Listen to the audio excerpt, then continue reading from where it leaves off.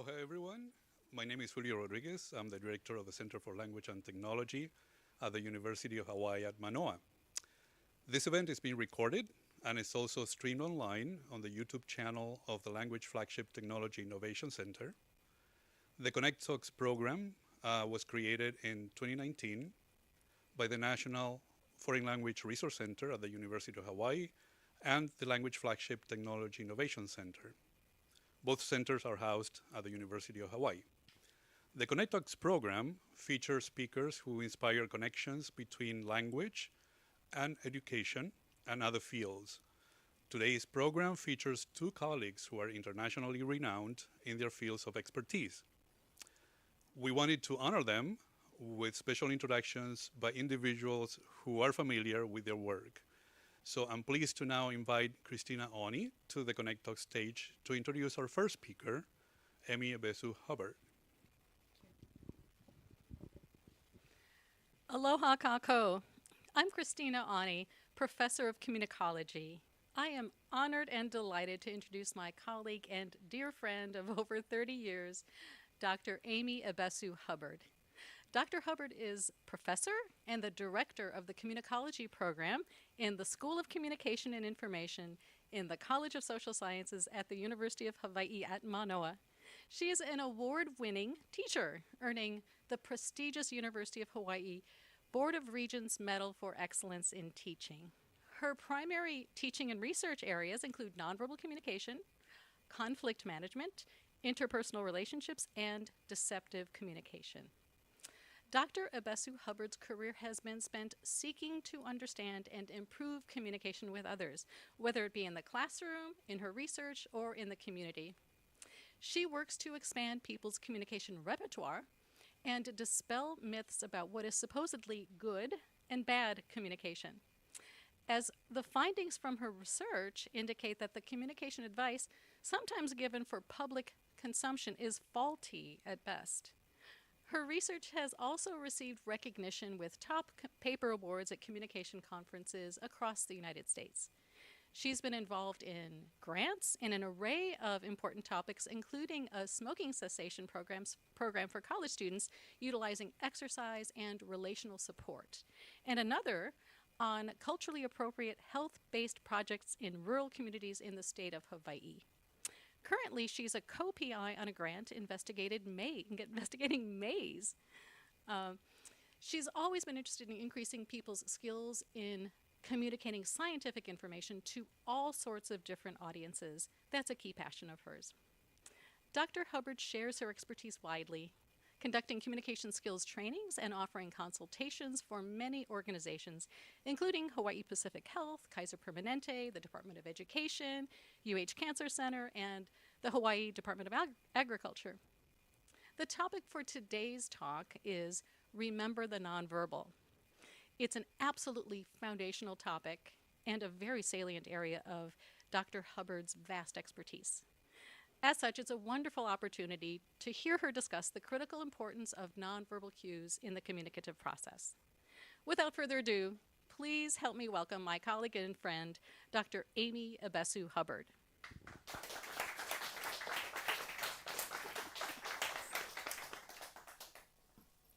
I have always been interested in nonverbal communication.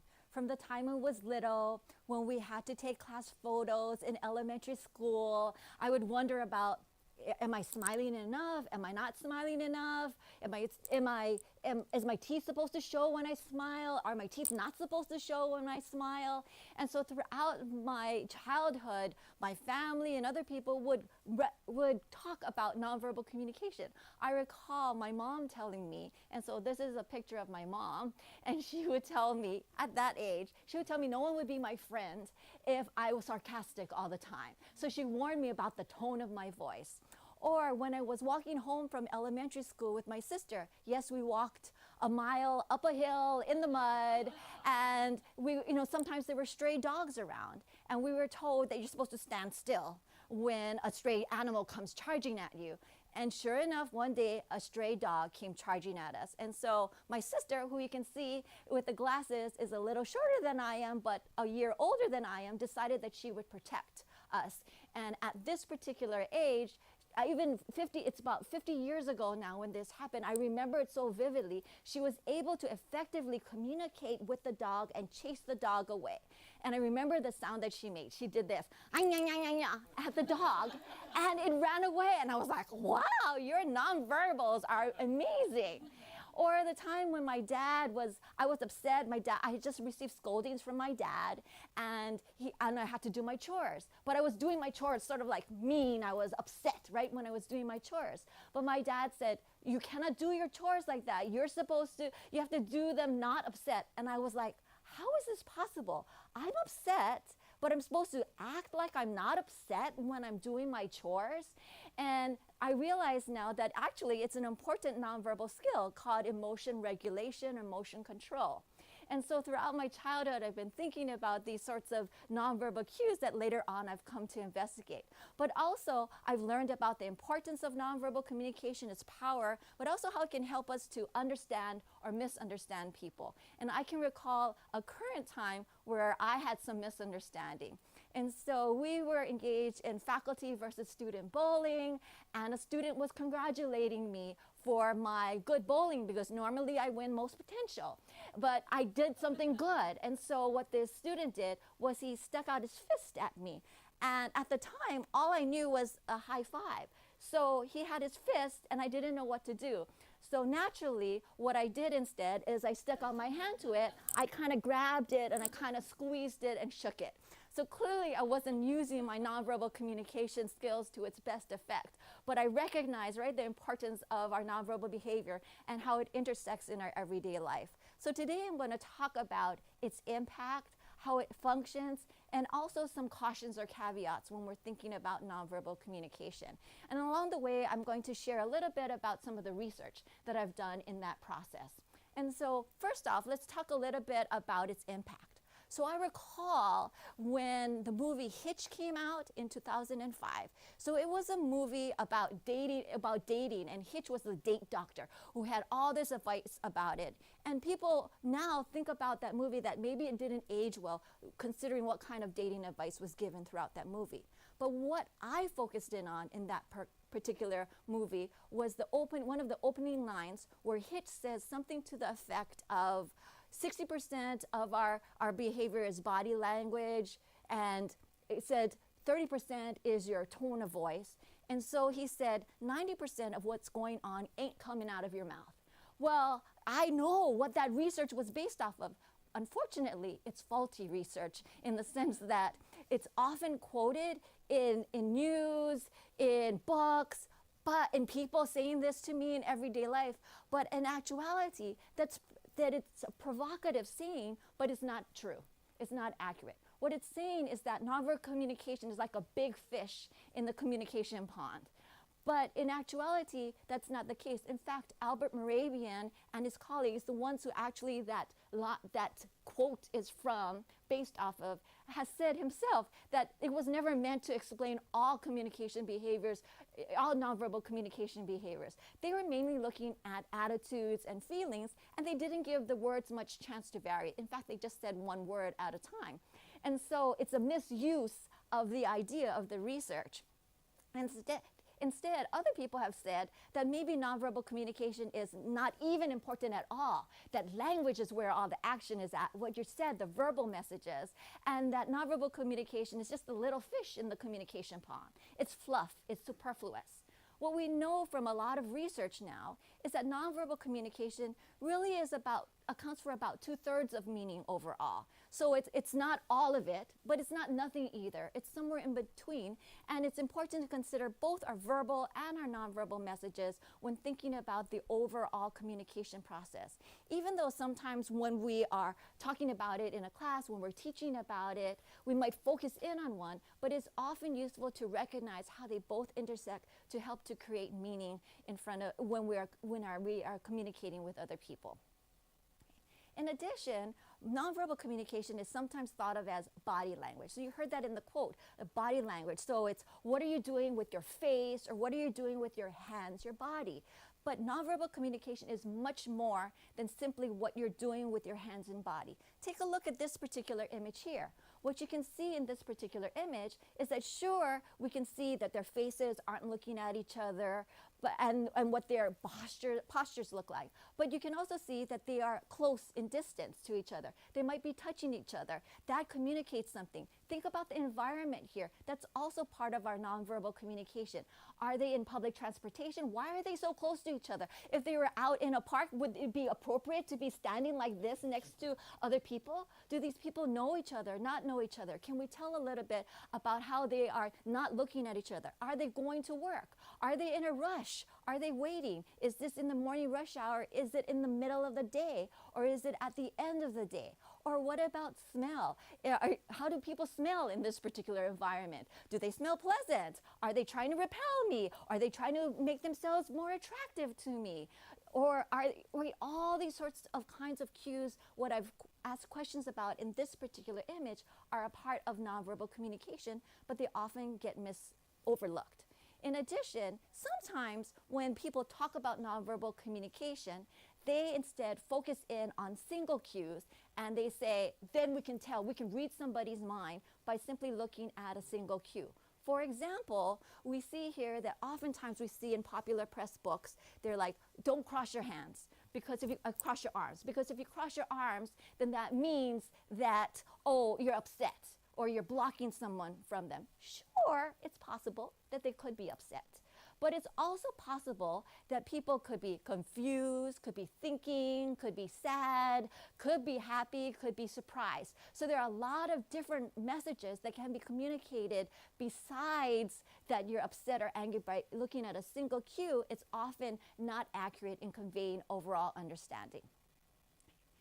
Now that we've talked a little bit about its impact, some of the confusion that we have regarding it, let's look at the functions of nonverbal communication. So what is it designed to do? What is it supposed to accomplish in our interactions with other people? And so nonverbal communication, originally, people started talking about it in the field as assisting language. So it was always in relation to language. So you can think of this as the caddy if you're playing golf, or you can think of this as your wingman if you are seeking a date with someone else, or you can think of this as your adoring younger sibling who wants to hang around with you all the time. Or I like to think of this as simple math, simple arithmetic. So addition, multiplication, subtraction, etc. And so how we thought nonverbal communication functioned in relation to language was, does it amplify something, emphasize something? Is it adding on, complementing what you're saying? Is it subtracting, contradicting something you're saying? Is it equivalent to something? Is it being redundant or substituting what you're saying? Now that's one way of looking at it. But in order to understand meaning, sometimes it's not about assisting language, but how it works together. For example, in this image, maybe you might think that she's being sarcastic, right? How do we know what sarcasm is? Well, the contrast between verbal and nonverbal can help us distinguish between somebody being sarcastic or somebody joking. For example, if you have a positive nonverbal with a negative verbal, so a positive nonverbal with a negative verbal, then you might be joking. Oh, that was terrible. You're so awful. You're awful, right? That might be joking. But instead, I could be sarcastic if I say, that's wonderful. So a negative nonverbal with a positive verbal is sarcasm instead. So that contrast, but depending on how it's contrasted, can communicate different kinds of messages with other people. So I like to think about nonverbal communication as partnering with language as one of its functions rather than just assisting language. And here's an example from a study we did on winking. So we had people walk by other people, and when they passed them by, they asked them what time it was. And then they said, thank you. And then they winked at them. They didn't do an exaggerated thing, right? Instead, what they just, neutral face, and then they winked at the other person and said thank you. And then later on, we had somebody follow up to the person who they had winked at, and then we asked them, what did they think about the person? And so what we found is that when women were winked at, they thought that the person was being friendly when they said thank you. But when men were winked at, more so than women, they thought the person had sexual interest in them, especially when the wink was done in the evening hours. And so you can see, right, we can interpret messages differently based on what's going on, the environment, how they are doing it, etc. In addition, one of the primary ways that people think about nonverbal communication is expressing emotion. In fact, it does the heavy lifting with regard to this. Many times we might dismiss the verbal, in fact, and rely on your nonverbal when figuring out how somebody feels about you. So you might tell somebody that, oh, I love you, but if you don't show or act like you love the other person, then you're like, you don't love me. Or if somebody says, how are you doing? And you say, I'm fine. Then you're like, well, wait, you're not fine, because your nonverbals signifies something different. So expressing your emotions, many times we rely on the nonverbal, whether or not you're sad, happy, frightened, angry, disgusted, any of those sorts of emotions, we might rely on your nonverbal behavior. And so one of the studies we did was looking at apologies. So we had 60 couples come in to our lab, and then we have one person apologize to the other person while they were discussing a conflict that was recurring in their relationship. And what we found is that when people thought the apology was sincere, meaning it had emotional authenticity, it seemed genuine, heartfelt, then there were positive associations with that. So the more that people thought that the apology was said, communicated, showed the emotions of sincerity, then it was related to feeling more satisfied in the interaction, even though it was a conflict. They also reported that they felt more understood by their partner, and it was also associated with reductions in feelings of anger toward their partner and the issue at hand. So you can see that apologies can function not only as partnering with language, but also as communicating emotions. In addition, nonverbal communication can also help us to coordinate our interactions with somebody else. So whose turn is it to talk? Whose turn it is to listen? Are you paying attention? Aren't you paying attention? Are we going to talk to each other? Are we leaving each other in a conversation? Those are elements that nonverbal communication does very well. And so now that we have a lot of our interactions sometimes over the internet, in classes, or maybe in conversations, sometimes it becomes difficult then to figure out whose turn it is to talk, because it relies oftentimes, even though you could raise your hand, but sometimes it relies on, oh, you talk, your turn to talk. Oh, wait, your turn to talk. Oh, wait, I'm talking now. And so we feel like we have these awkward silences during our conversations. But in everyday life, when we're seeing each other face to face, we quickly rely on those nonverbal cues. So I can tell when somebody's ready to talk, because oftentimes they'll lean a little forward, their face will be more expressive, they'll open their mouth, they'll audibly inhale, and then they'll start, and then, oh, you have something to say? And we usually make eye contact with the other person. So you can think about classes you've taken where the instructor, the teacher is saying something and they ask the class a question. And then you know that if you're looking at that instructor when they're looking at you, right now it feels like you have to say something. Versus if you didn't want to say anything, then you'd be taking notes, right? You're like, oh, somehow you're distracted with something else. So you don't have to make that look at the other person, because it signifies our interaction. That's how we coordinate our interactions with somebody else, through our nonverbal behaviors. And so one of the studies we did was on micro interactions using Miles Patterson's passing encounters paradigm, where we passed people, and usually when we pass people within a 12-foot range, then we start to, if we're going to make eye contact with them, that's when we make eye contact with them. And so what we looked at is whether or not we had people sometimes look at the person they were passing, crossing paths with, sometimes not look at the person, sometimes look at the person, and sometimes look and smile at the person. And we looked at their reactions to it. So how could we judge their reactions to that? Well, here's an example of how we had this study set up. So you can see the person in the middle is the Confederate who was doing the looking, not looking, smiling. The person to your right is the participant. But see the person all the way back there? That's the observer who was watching for the reactions of the participant. And what we found in this particular study, well, one of the findings that was particularly provocative was that when people had a mobile phone while they were crossing paths, they received more looks from people. And so this might be ironic given that sometimes people say that when they're on their phone, it's because they don't want to interact with other people in public.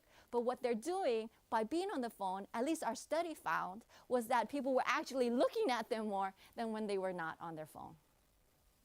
So this is yet another function of nonverbal behavior, and the structuring of interactions. Another function is showing the nature of our relationship to the other person. So is that person close to us? Do we have an intimate relationship with the other person? You can see here from this particular image that they're not strangers to each other. Maybe they're good friends. Maybe they are related to each other. Maybe they are co-workers that are close to each other, roommates. Maybe they are colleagues, right? So these aren't strangers or brief acquaintances based off of maybe their body orientation toward each other, how their heads are, they're smiling, what they're doing with their gestures, the reciprocity of the gestures there might all communicate something about the nature of their relationship with the other person. In one study that we did, we looked at hand holding. So we looked at whether or not people were holding hands hand in hand or interlacing their fingers, but what we're particularly interested in is the lead hand, the hand that is in front of the other hand, because much of the research has shown that people think that the person whose hand is in front is the more dominant person in the relationship. So that if your hand is in front, you're more dominant.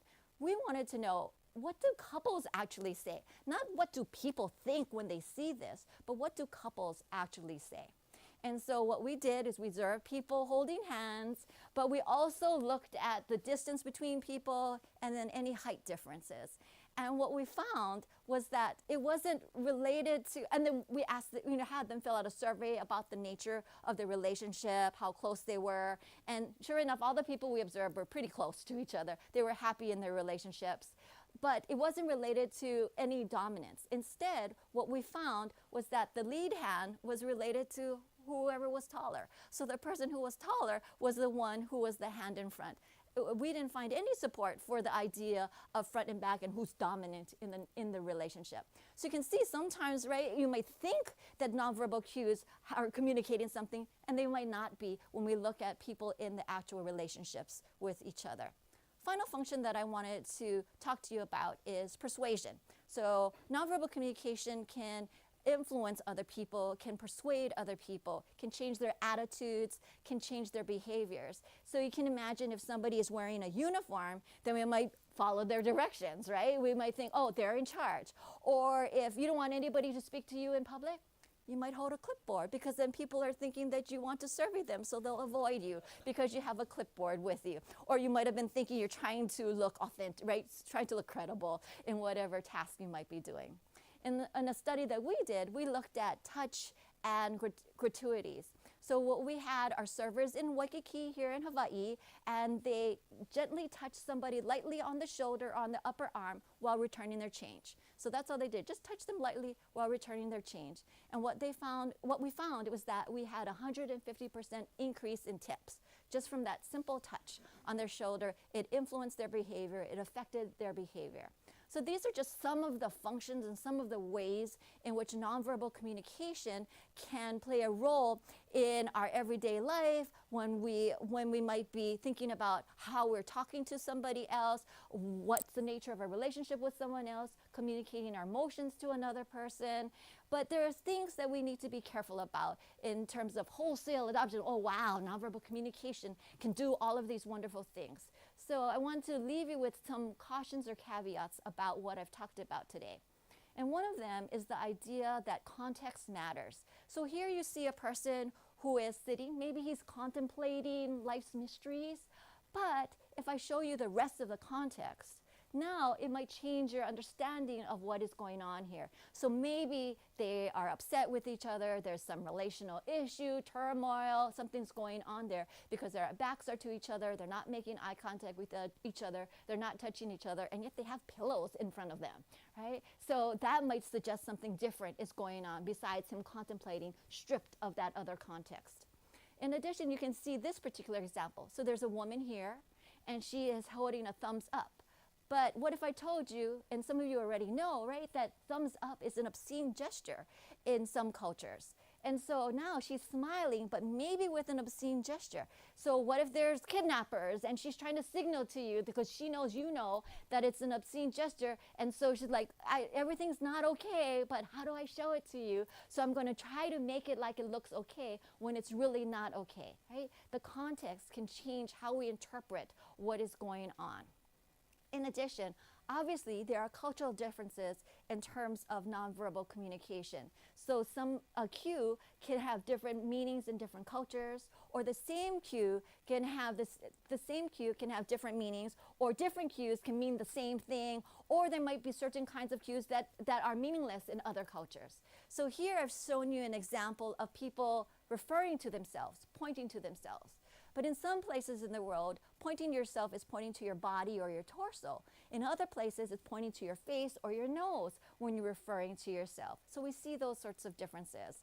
Or I thought this one might be interesting to look at because in some places in the world, right, we leave our footwear outside of the home before walking into it. But this one looks more akin to Hawaii footwear that's left outside because you can see it's all scattered. But in Japan, for example, that footwear instead would be what I'd call like reverse parking your footwear. So they would be sort of like facing outward instead, and they would be all neatly lined up. They wouldn't be scattered like this. Speaking of other cultures, you can see here that footwear here is being thrown at someone else. So in Middle Eastern countries, for example, the foot and throwing your shoe, the foot is so dirty, and so throwing your shoe is like the most insulting thing I could do at you. So if I was so upset, I would throw my shoe at you because it's the dirtiest thing I could think of, right? And so here, different meaning versus in other places, in certain contexts, it's appreciation for your performance. So I throw my shoe to show that I loved what you did. So very different meanings for the same behavior. In addition, we know that cultures show emotions differently. So there are different display rules for emotions. So in some cultures, we might exaggerate certain emotions. In others, we might minimize those emotions. So here you can see an exaggeration during a haka performance. So you can see different emotions. Other places, we would mask an emotion. We might cover an emotion with another emotion. So maybe I'm not supposed to be sad, so I put on a happy face instead. Or cultures can vary in terms of whether or not it is a high context to a low context culture. So a high context culture looks at the environment, looks at your nonverbal cues to figure out what is going on, what is happening. And language, verbal messages are more indirect. Versus in a low context culture, verbal messages are explicit, are direct when we're talking to someone else. And so here, someone has a photo of some sushi and maybe some rice, but you can see the chopsticks there are poking into the bowl. That is right, disrespectful, a no-no in many East Asian countries, right? You shouldn't be poking it because it's associated with funerals, with death, with bad luck, right? So we wouldn't be doing that, and yet here we see it in a photo. In many photos, it's there. Or here you can see images of a kimono. And so the people in the kimono there have it on correctly, which is the left over the right. But you can see over here, it's the right, in the drawing, it's the right over the left. So the right over the left is death, when you've passed away.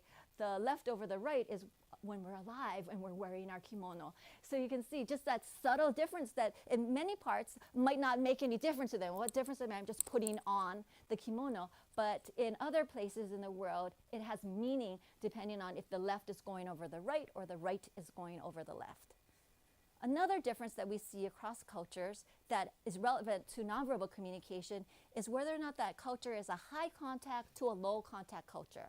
So whether or not that culture is comfortable with immediate behavior, with close sensory stimulation, with people touching each other, being in close quarters or distance to each other, versus wanting more distance from the other person. And so here there are a lot of people touching each other, but I can tell you an example where I did a faux pas when I was greeting somebody from South Korea who was visiting and doing a talk, and I was in charge of giving the lei. So I went up to him, And I gave him the lei, and I hugged him, and he recoiled back.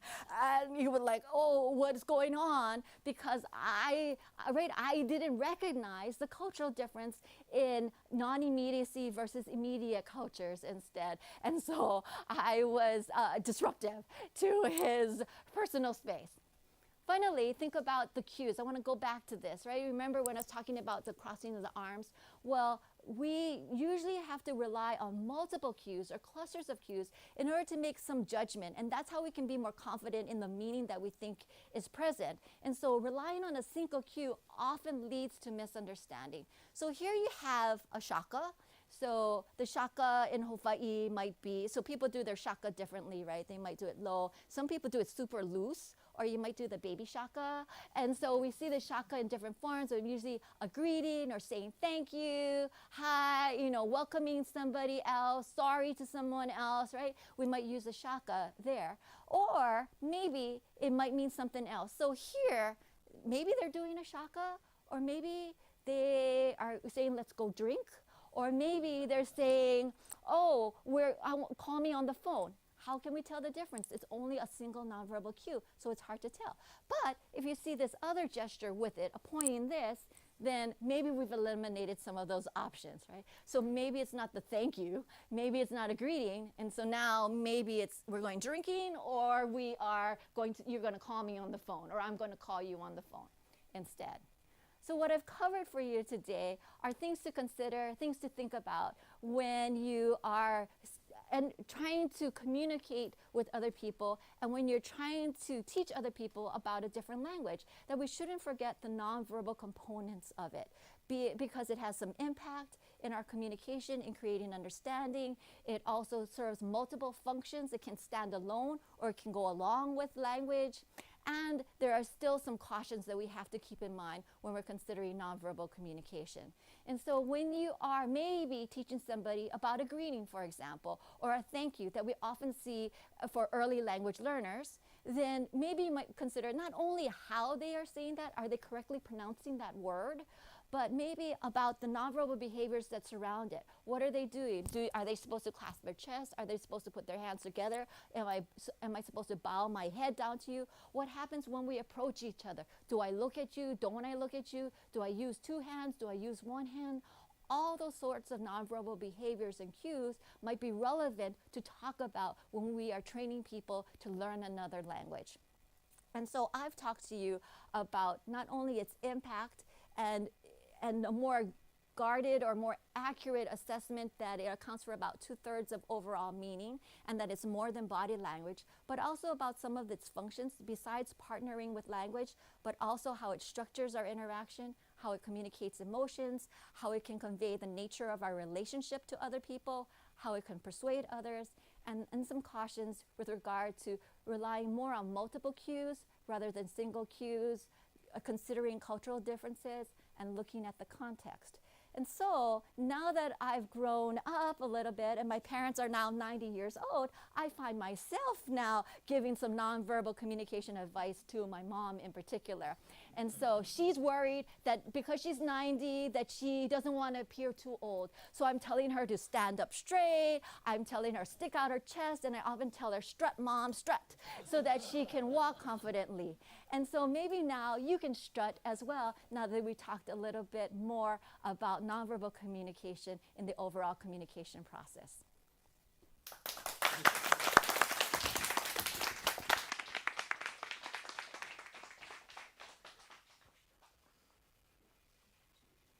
Well, hi everyone. I'm going to worry a lot about my verbal communication now.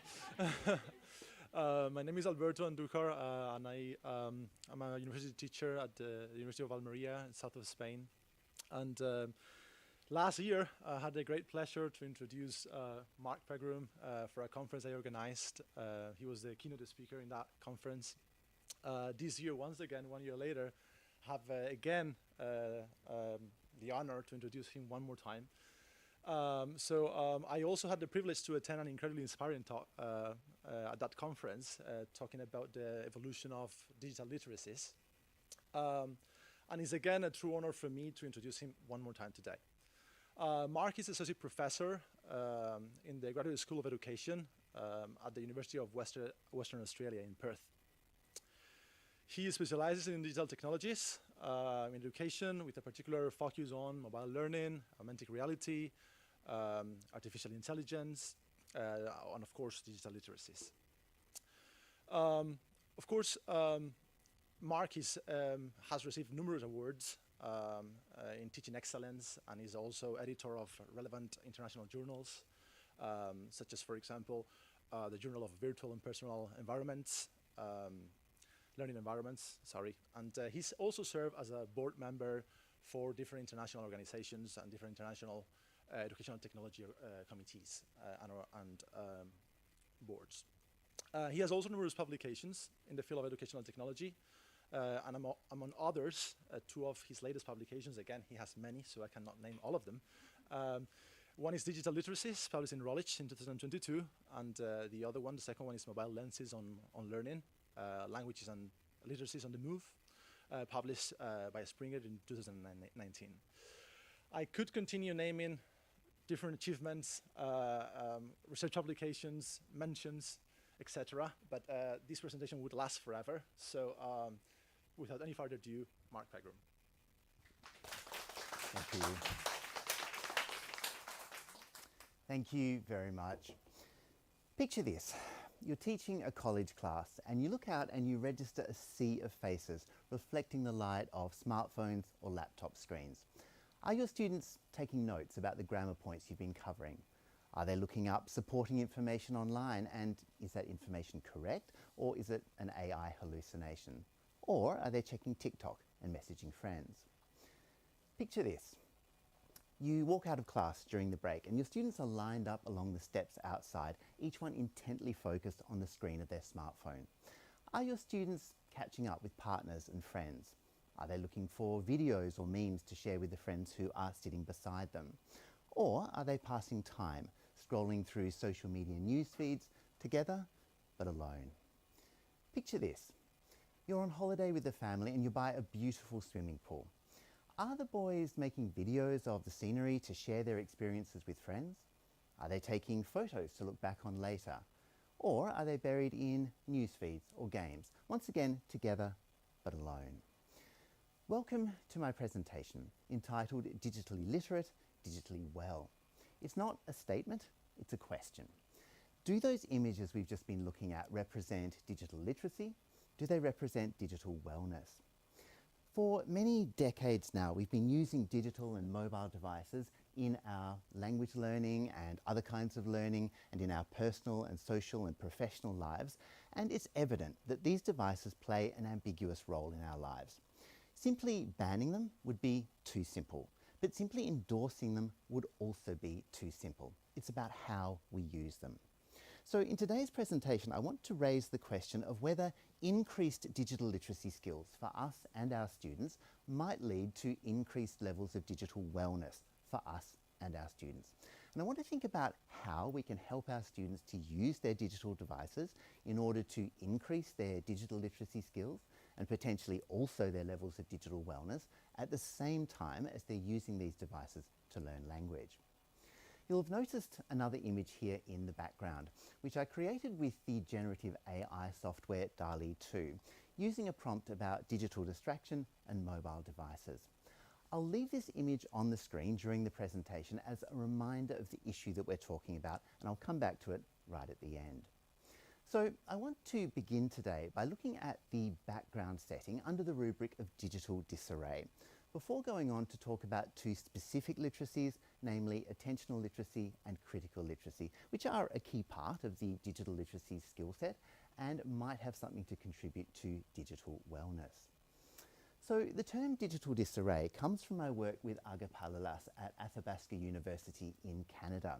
And for us, digital disarray describes the current digital state in which we find ourselves. And it has three main components.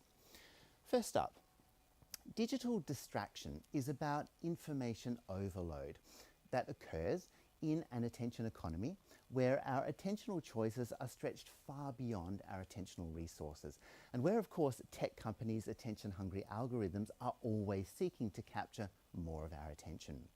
In the background here, we find a changing technological environment.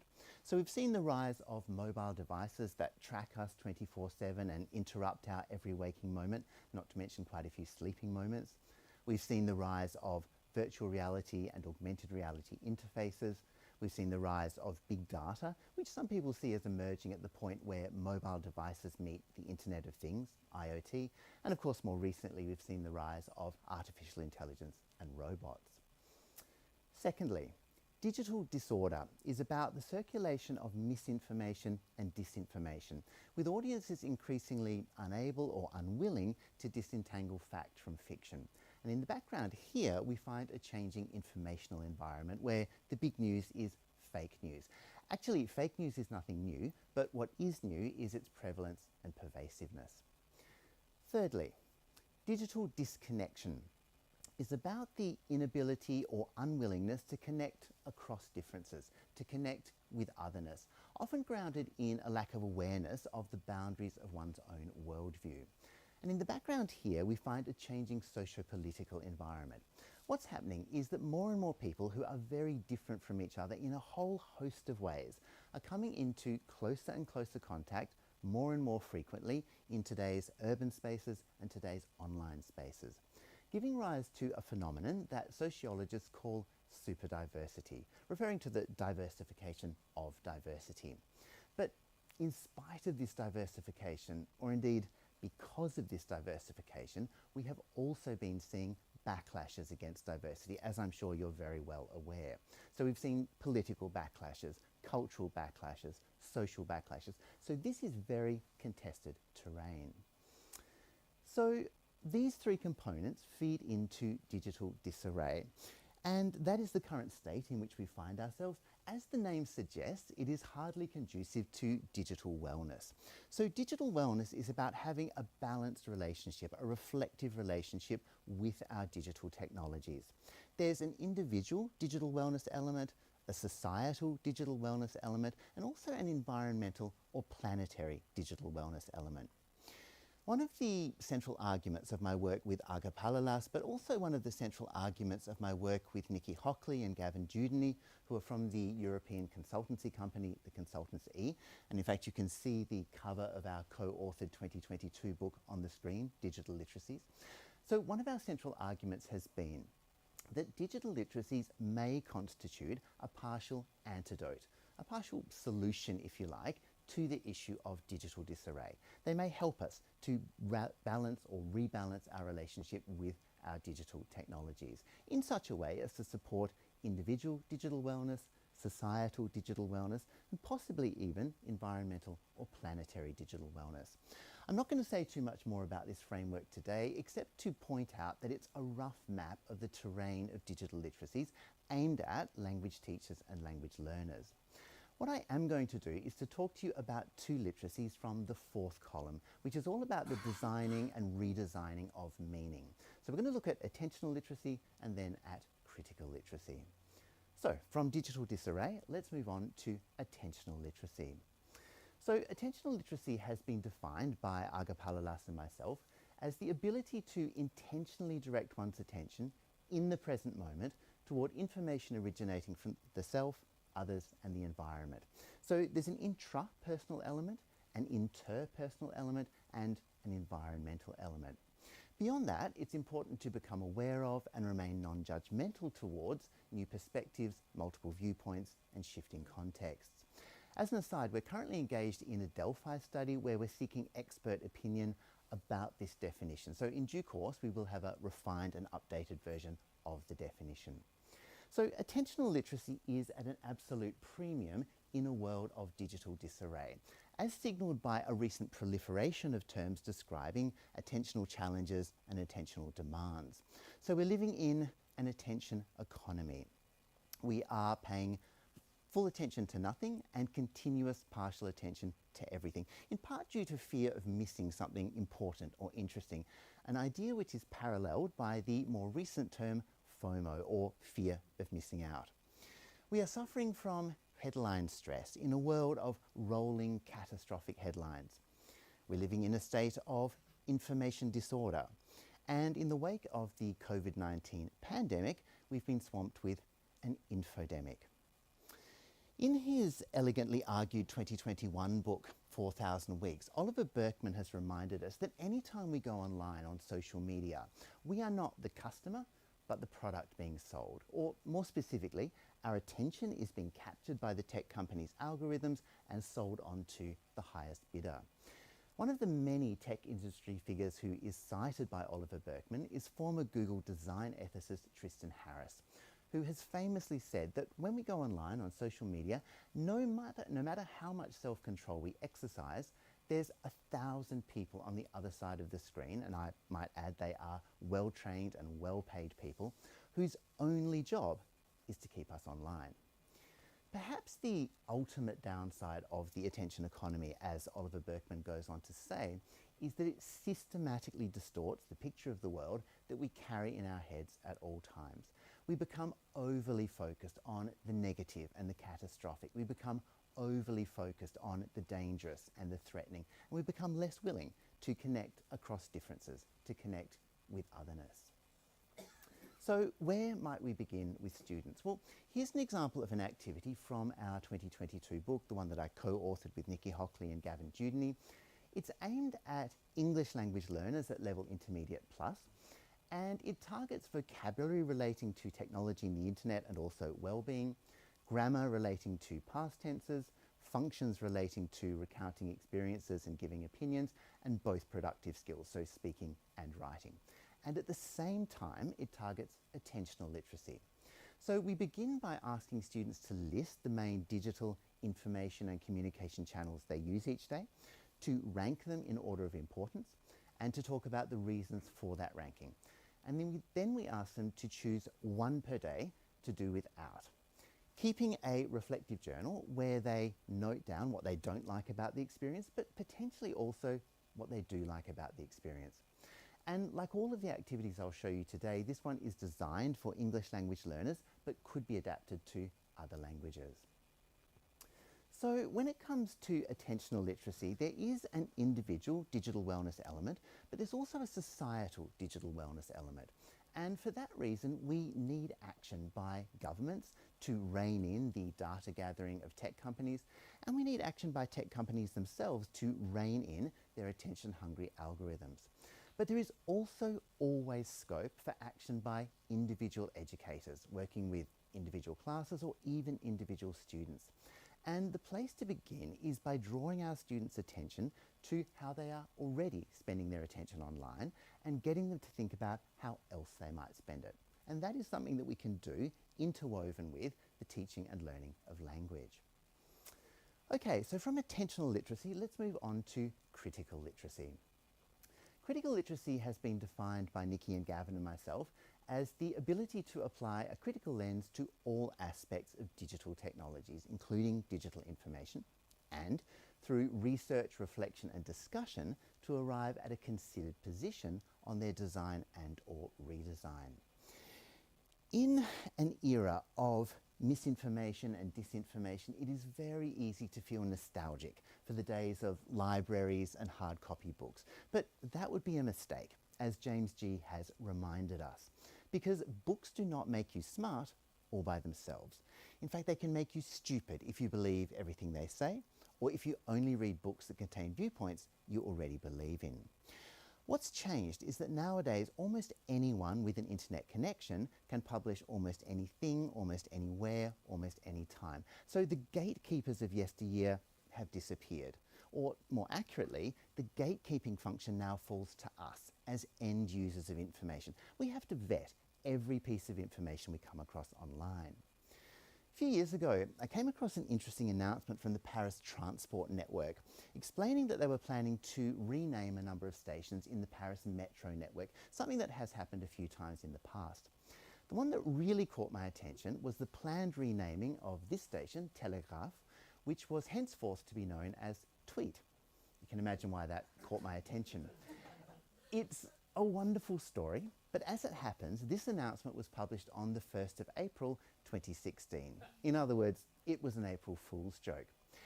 Interestingly, the very next day, George Takei, whom some of you might know as a Star Trek actor, but who has reinvented himself more recently as something of a cultural commentator, posted this message on Facebook.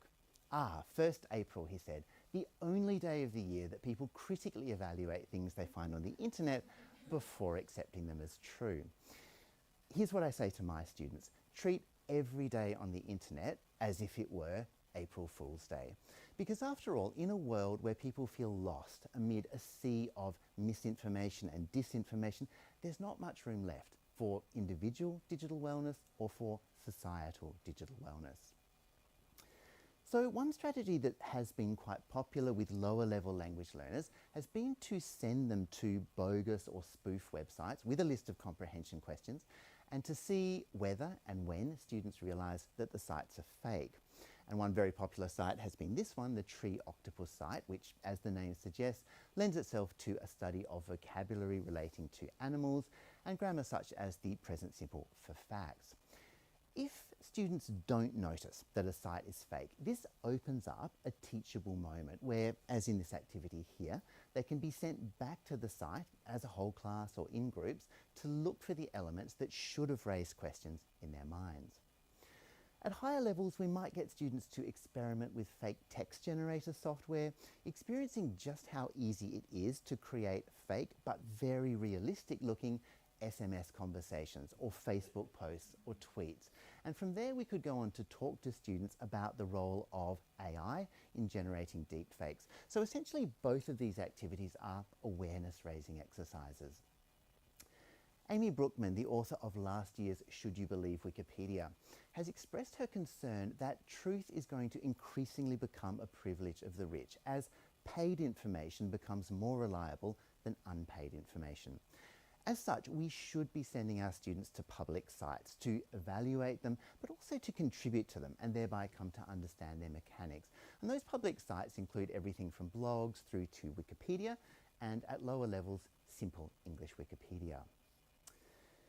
Generative AI has been everywhere in the media recently and would seem to have some potential for language learning as well as other areas of learning. But we do need to draw students' attention to its drawbacks. For example, incorrect information in the form of hallucinations, or the dangers of the biases which are hard baked into the historical data sets that underpin all generative AI. And this is a chance actually to work with students in developing some relevant digital literacy skills such as search literacy, which nowadays is beginning to morph into prompt literacy. So in addition to drawing our attention to the importance of vetting all information that we come across online, critical literacy subsumes a number of sub-literacies. One of those is critical mobile literacy, which draws our attention to the issues which are created or exacerbated by the mobile devices that we carry with us 24/7, such as the privacy and surveillance issues that arise when these devices are constantly tracking us, or such as the physical and mental health issues that arise. For example, when we use our phones late at night and the blue light emitted by the screens suppresses the body's production of melatonin, leading to shorter and more disturbed sleep. This is an example of an activity where we bring together critical mobile literacy, in part by offering students guidelines on how to limit their usage of apps and limit their notifications, with attentional literacy, in part by asking students to reflect on which of their uses of their smart devices are mindless versus mindful. Another important sub-literacy is critical material literacy, which reminds us that beneath the ethereal digital universe that we enter through our devices, there is a real material world. And in that real world, lives have been lost in conflicts around minerals in Africa or in suicides in technology factories in Asia. Nor is access to that ethereal digital universe evenly distributed. Throughout the world, not just in the global south, but throughout the global north, we are seeing the emergence of a digital underclass of people with little or no connectivity to this ethereal digital universe. And then there's the environmental impact. So according to one projection, By 2040, the production and operation of ICTs may account for some 14% of our global carbon footprint. And while it's wonderful that during the COVID era our ICTs kept us communicating and learning, their carbon footprint went right up. Given the recent wave of generative AI that I referred to a moment ago, we do also need to bear in mind what Kate Crawford has called the extractive politics of AI. So this refers on the one hand to the extraction of minerals from the ground or energy from the environment, but it also refers to the extraction of poorly paid or unpaid labour from human beings. And we need to remember that all of us are performing this unpaid labour. Every time we go online on social media and freely give away our attention and our data, or every time that we act as a free teacher for a generative AI chatbot. So here's one final example of an activity from our 2022 book, where we start off by asking students to work in groups, and they discuss what they know about the origins of their mobile phones. There's several intermediate steps which then lead these groups to producing advertisements, so digital posters or web ads or radio ads, where they seek to convince friends and family to buy more ethical mobile phones. Incidentally, it's interesting to note that a discussion of critical literacy and its various sub-literacies often also lends itself to a discussion of the United Nations Sustainable Development Goals. So in this case, SDG 12 on responsible consumption and production. So when it comes to critical literacy, there is an individual digital wellness element, there's a societal digital wellness element, and there's also an environmental or planetary digital wellness element. We are beginning to see action by governments and tech companies. We need more. But as always, there is also scope for action by individual educators working with individual classes or even individual students. And as with attentional literacy, the place to begin is by drawing our students' attention to the devices, the everyday devices that we all use, and getting them to think about what might be working well, what might not be working so well, and what might need to change. So you'll recall this image from the beginning of the presentation, which I created with generative AI software. So for me, this image does not represent digital literacy, and it does not represent digital wellness in its depiction of people who are buried in their smartphone screens while lost in a larger crowd, together but alone. Is it possible for us as language teachers to help our students increase their digital literacy skills at the same time as they're acquiring language? I believe the answer is yes, absolutely. And not only is it possible, it's necessary if we want our students to be effective communicators in the digital and hybrid spaces of the 21st century. Is it also possible for us as language teachers to help our students increase their levels of digital wellness, perhaps by increasing their digital literacy skills? I believe and hope that the answer is yes. Thank you very much for your attention.